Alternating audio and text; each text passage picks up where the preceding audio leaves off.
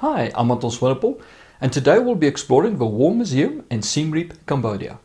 The War Museum has a number of tanks, artillery pieces, armored vehicles, landmines and handguns on display. There's also an Mi-8 helicopter as well as a MiG-19 fighter jet in the back. So let's go and check it out. The War Museum is 5 kilometers from the town centre, close to the Royal Angkor International Hospital. Travel on Road 6 away from Siem Reap towards the airport and then turn right at the Royal Angkor Resort just before the road to the hospital. About 1 kilometer further along, turn left at the sign for the War Museum. The museum is a short distance down the road. The museum is open from 8 a.m. to 5 p.m. daily. Currently the fee is $5 in cash. There are toilets as well as a small snack shop at the museum. There are a number of artillery shells, landmines and firearms on display at the start of the museum. Some large machine guns such as the Browning automatic rifle or BAR is also on display. M16s as well as AK-47 machine guns can also be viewed. Some of the older weapons were used in World War II before being deployed in Cambodia. You can get a guide for free that have some experience of the war to take you around. Around 1/3 of the world's countries are littered with landmines. The US State Department estimates that around 60 to 75 million landmines remain unexploded in the ground worldwide. It is estimated that around 12 to 18% of bombs dropped during the war didn't explode on impact. The total amount of explosives dropped during the Vietnamese War by the United States is 7,662,000 tons, approximately triple the totals for the World War II. From 1964 to 1973, as part of a secret war operation conducted during the Vietnam War, the US military dropped 260 million cluster bombs and about 2.5 million tons of ammunition on Laos over a course of 580,000 bombing missions. This is equivalent to a plane load of bombs being unloaded every 8 minutes, 24 hours a day for 9 years. It is nearly 7 bombs for every man, woman and child living in Laos. It's estimated that there are at least 350,000 tons of live bombs and mines that still remains in the Vietnam countryside today. And with the current estimate, it will take about 300 years to clear. This is a shell of a Cadillac Cage Commando, also known as a M706. It is an American armored car with amphibious capability. It was a four-wheel drive vehicle powered by a 210 horsepower or 156 kilowatt, 360 cubic inch or 5.9 liter Chrysler V8. It's the same engine that was used in the M113 armored personnel carrier.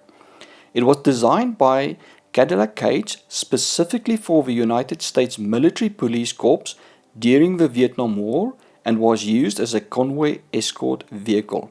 It was available as an open top or could be mounted with multiple machine guns or a turret. The vehicle had a top speed of 62 miles per hour or 100 kilometers an hour. There are 2 shells of a Soviet BTR-60 8-wheeled armored personnel carrier or APC. They were produced from 1960 to 1976 as a replacement for the BTR-152. The main armament was a 14.5mm KPVT heavy machine gun with a 7.62mm PKT tank coaxial as a secondary. It was powered by 2 GAZ-40P 6-cylinder gasoline engines that produced 90 horsepower or 67 kilowatts each. The vehicle had a top speed of 49.7 miles per hour or 80 kilometers per hour. This is a Soviet T-54 or 55 series main battle tank. It was the first main battle tank developed by Russia after World War II and went into service in 1947. The T-54 and 55 series eventually became the most produced tank in military history, and it's estimated that around 86,000 to over 100,000 were produced. The main armament was a D-10 100mm rifle gun with a 7.62mm SGMT coaxial machine gun as secondary. Some tanks had a 12.7mm DSHK heavy machine gun as secondary. The tank was powered by a model V54 or V55 38.88 litre diesel V12 that was water cooled. The engine produced from 500 horsepower or 373 kilowatts for earlier versions to 800 horsepower or 597 kilowatts for later versions. The tank had a top speed of 30 miles per hour or 48 kilometers an hour. This is an unidentified rocket or missile launcher. If you do know the make, please add it to the comments below.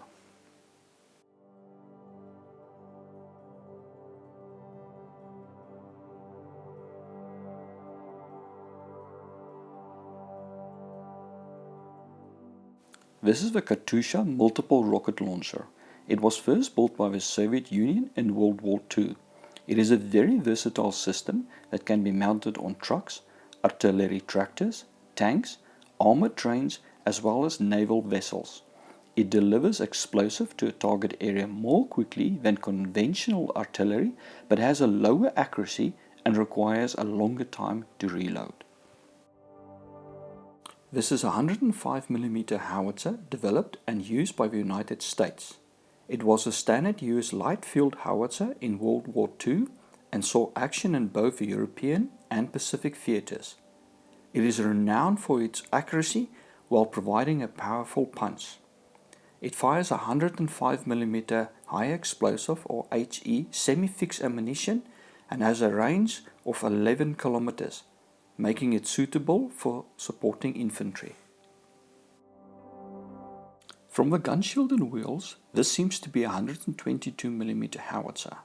However, it's missing the lower recoil system normally found on the M30 models. The M30 was a Soviet artillery piece that was developed from 1939 to 1955. It fires 121.92mm ammunition and has a range of 11.8 kilometers. The 122 saw action in World War II as well as numerous conflicts in the mid to late 20th century, especially in the Middle East. These seem to be stripped down 122mm howitzers. This is a 155mm or M114 howitzer. It is a towed howitzer developed and used by the United States Army and was first produced in 1942 as a medium artillery piece under the designation of 155mm howitzer M1. It was used in World War II, the Korean War, the Vietnam War, and the Iran-Iraq War. It was eventually replaced by the M198 howitzer. However, the M114A1 variant is still used by many countries today. It fires 155mm ammunition and has a range of 14 kilometers. This is a stripped down division gun, making it hard to identify. It is possibly a Soviet 76 or 85mm division anti-tank gun. This is a 122mm howitzer, also known as a D-30. It is a Soviet howitzer that was first entered into service in 1960 and is a robust piece that focuses on the essential features of a towed field gun, suitable for all conditions. The D-30 has a maximum range of 15.4 kilometers. With its striking three-leg mount, the D-30 can be rapidly traversed through 360 degrees. Although no longer manufactured in Russia, the D-30 is still manufactured internationally and is in service in more than 60 countries. This is an unidentified anti-aircraft gun, although from the muzzle it seems to be a Soviet 23mm anti-aircraft twin-barreled autocannon. This is an unidentified towed anti-aircraft gun. However, from the barrels, it seems to be a Soviet twin 14.5mm anti-aircraft gun. This is a Mi-8 medium twin turbine helicopter, originally designed by the Soviet Union and now produced by Russia. In addition to its most common role as a transport helicopter, the Mi-8 is also used as an airborne command post, armed gunship, and reconnaissance platform. It has a top speed of 250 km an hour. This is a MiG-19 and is a Soviet second-generation single-seat twin-jet engine fighter aircraft, the world's first mass-produced supersonic aircraft. It was the first Soviet-produced aircraft capable of supersonic speeds in level flight. It has a top speed of 1,455 km an hour and a range of 2,200 km. It was first produced in 1955 and is now retired except for North Korea. Thank you for watching. If you enjoyed this video, please like and share it. Also subscribe to my channel. For more attractions in and around Siem Reap as well as the temples of Angkor Wat, see links to my books in the description. If you're going to Phnom Penh or backpacking Southeast Asia, see links to my other guidebooks in the description.